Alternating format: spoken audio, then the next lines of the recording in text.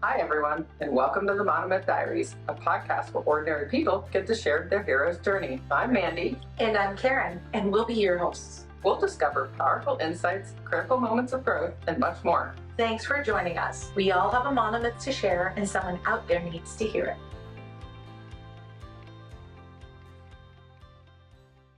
Welcome back to another episode of the Monomyth Diaries, where it's a take what you like and leave the rest podcast. We're pleased to have Nikki back with us. In our previous episode, Nikki shared about how she grew in her relationship with God through her relationship with others. Thank you, everyone, for joining with us again. So, Nikki, looking back on your journey, what do you think was the most pivotal moment in your transformation? If I had to just pick a moment, I would probably say the most pivotal was probably that time in college during my freshman year where I was just really seeking God, and all along He was seeking me and, found me there at the MSC. That was probably the most life-changing moment. You gained a lifelong friend, too. I did.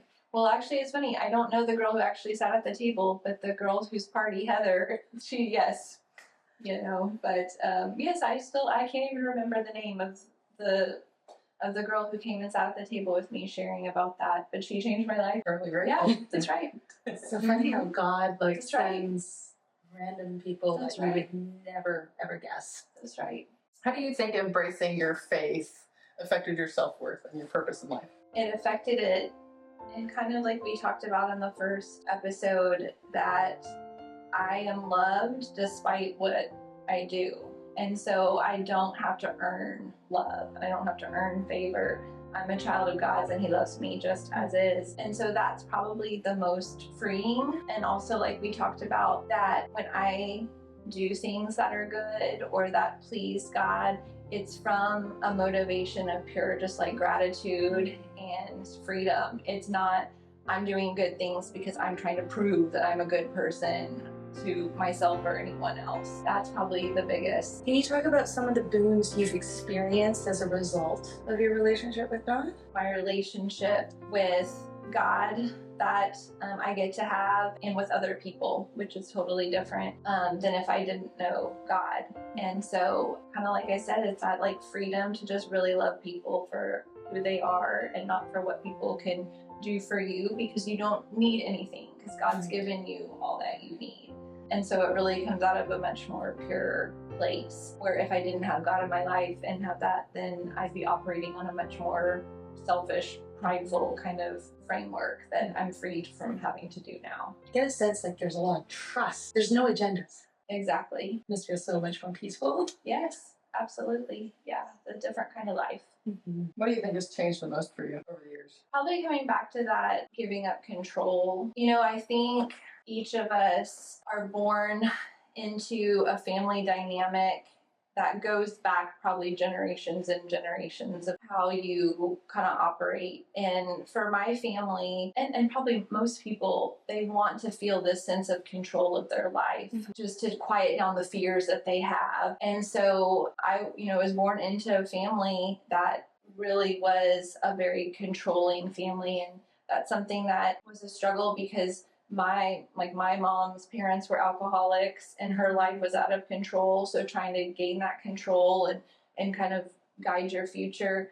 And so for me, that's been the biggest thing, is God saying, I have got you and I've got your future, and you don't have to manipulate and control things to get to some outcome. You can live in freedom and peace and love. That's, a totally different mentality that I think a lot of people live in. It's a daily struggle. Yeah. Yeah. And it's a daily struggle still for me, because you tend to like revert back to, that mode of operation that you were kind of born into. And so that's why I think it's so important. For me personally, to be in God's word and with His people, to renew my mind and remind myself of the reality, and not going back and living in that bondage that, I was born into. You were also talking about like how parenting's hard. Do you find that peace kind of helps transform even your relationship with your kids? It does. There's been a lot of times where I've had to go back and apologize to my kids for parenting out of fear and control, and letting them know I'm just a human too, and I make mistakes just like you do. And it comes, out of a place of wanting the best for them, but it's reminding myself that's not how God operates, and that's not how he works with us either. He doesn't try to control and manipulate us. He gives us free will. And so I'm constantly having to renew my mind. How does God's kingdom work? How does, his ways work? And getting in line with that instead of trying to get him, God, and other people in line with how my ways work. I'm feeling so convicted as you're speaking right now, because I'm like, because I am trying to give my own son autonomy, and it's frightening, especially when they're teenagers. Yes. Like, and then sometimes you see them making choices, and you're like, and feel good about that. Yeah. But what you said earlier was like, it's not about me. And it's a fine line of in your parenting on how much do you, come in and guide, and how much do you hands off and let them kind of figure some things out. And that's where I think coming like dependence on God and asking him daily for wisdom on what do you want me to do, God? You know what needs to be done. Show me. Totally. Yeah. Those are the days I'm like, oh my God, you're the greatest parent, not me. Yeah. Can you share any specific experience where you felt God's presence or guidance strongly? We were talking about community and people, and I love being with my community. But there are times where I do like to just get away from everything. And my parents, in the last few years since COVID, they got some land out in LaGrange, and there's nothing there. There's no house, there's no toilet or sewer or anything like that. But I will just go out there sometimes for a couple hours, sometimes overnight, and a lot of times just bring my Bible and a pen, a journal, and like a chair, and sit out there in just nature and just away from all like the distractions of daily life. And sometimes that's where I can feel God just the most, in that I can listen to him in his word, but I also see his word in nature. That's an expression of who he is and his creativity. That's where I really feel like I can hear from God and everything's quiet and I can hear his still small voice, and I'm not in the chaos. I wish I was a journaler. Yeah. I have tried so many times. I'll get you out there on the land with me and get your pop up your chair. We'll see if anything comes. Yeah. I'm going to take you up on that. How would you encourage someone listening to begin their own journey of finding faith? One of the biggest things is to let go of your agenda. I think a lot of times when you're seeking truth, you really aren't. You already know like what you want to be true, and you're seeking people and things to support your truth, which is oftentimes something that you feel like you can wrap your head around and you can control. But with God, a relationship and a journey with him is scary because his truth is oftentimes not your truth. And you're going to be challenged in many ways. And so I think on that journey, being open to saying, God, I just want to know what the truth is. Yes. I don't want to know what my truth is or this person's truth or this person's truth. I want to know what your truth is, what reality is. And so please show me whatever that is. And no matter how scary that is, please, I want to be open to that. And that's hard because you're going to be real vulnerable. And that is part of the walk, is being open to God coming in and speaking truth into your life. And sometimes there's some things you don't want to hear. That's part of it, because he doesn't want just part of you. He wants all of you. And so he's going to challenge you and bring some things up that he wants you to face so that you can be truly free. That is so humble. I have to ask you this. When you're in that situation where you have a personal conviction about something and God's going, no, you need to drop that. Yeah. How do you handle that? It's hard, and sometimes I don't do the right thing at that moment. I feel like God's so gentle, though, with us all, and that he doesn't come and just, like, hit us over the head with a hammer.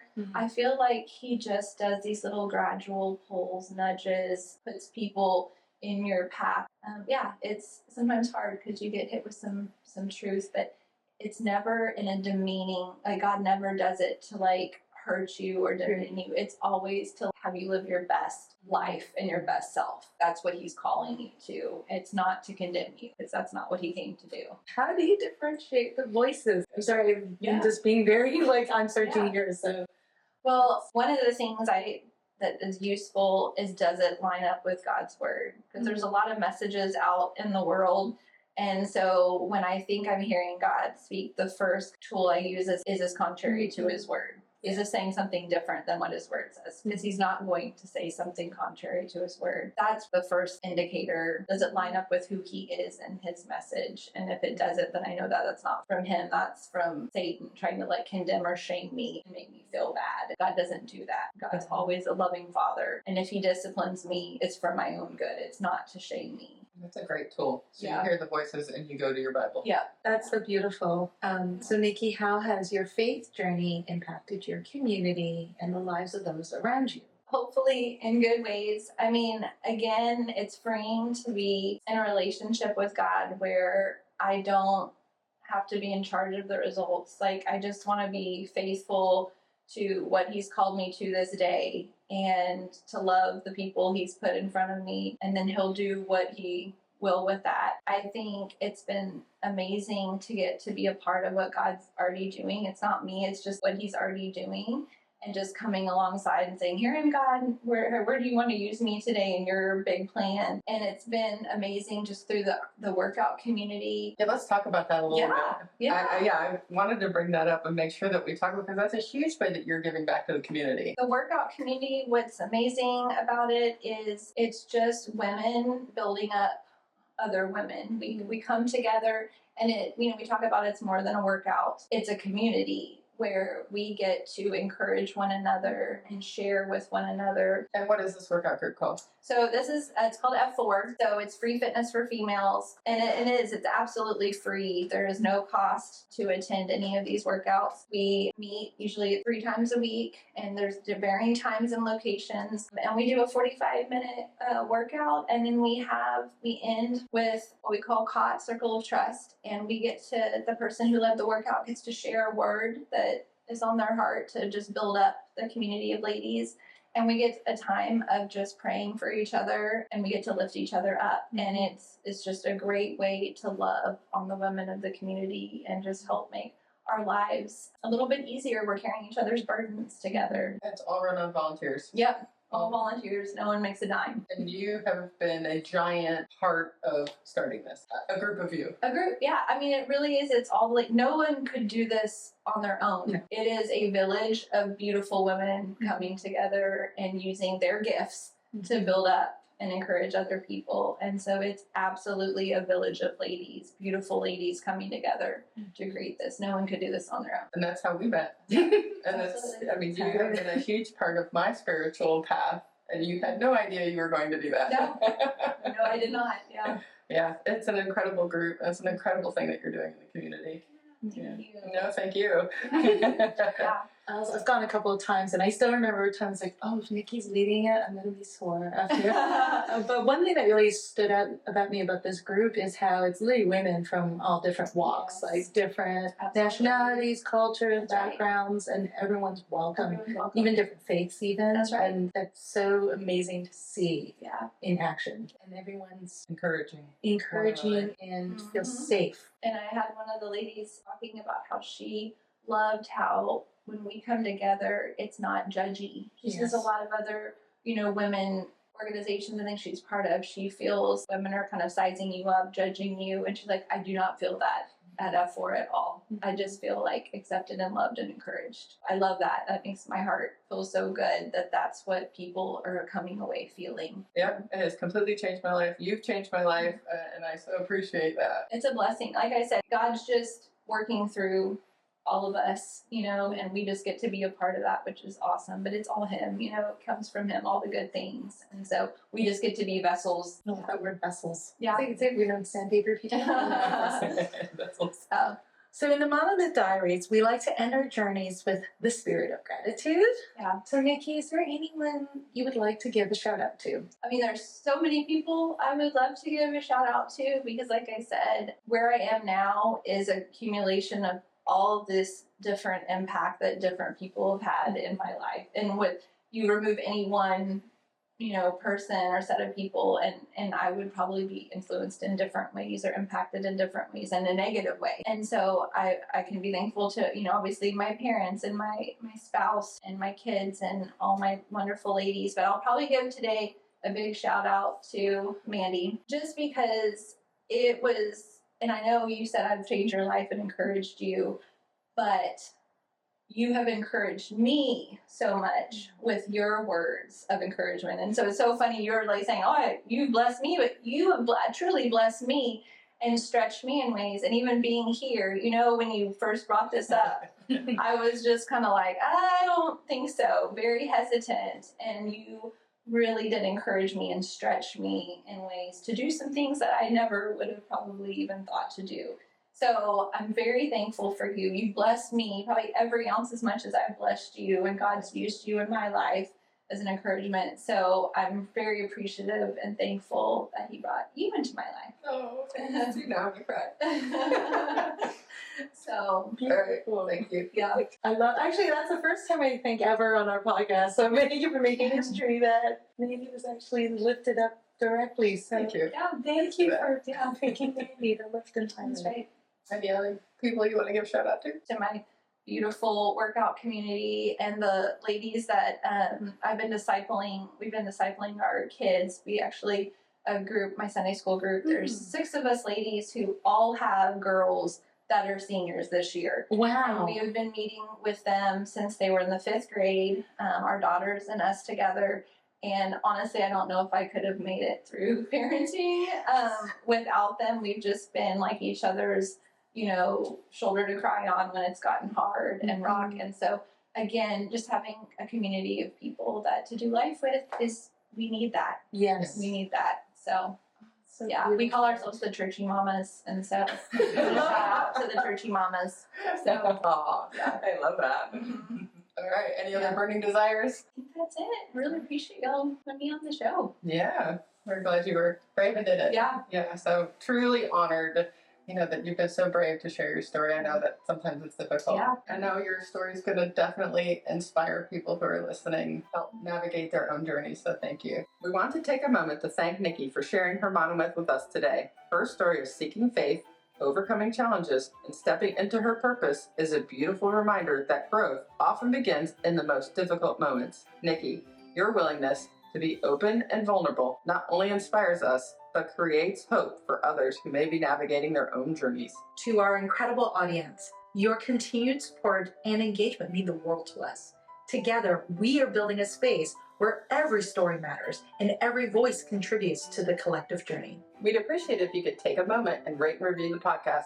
It helps us reach more people with stories of transformation and growth. You can visit us at monomythdiaries.com or text us directly from the show notes to reach out and keep the conversations going. Until next time, heroes, let's journey together through our monomyths.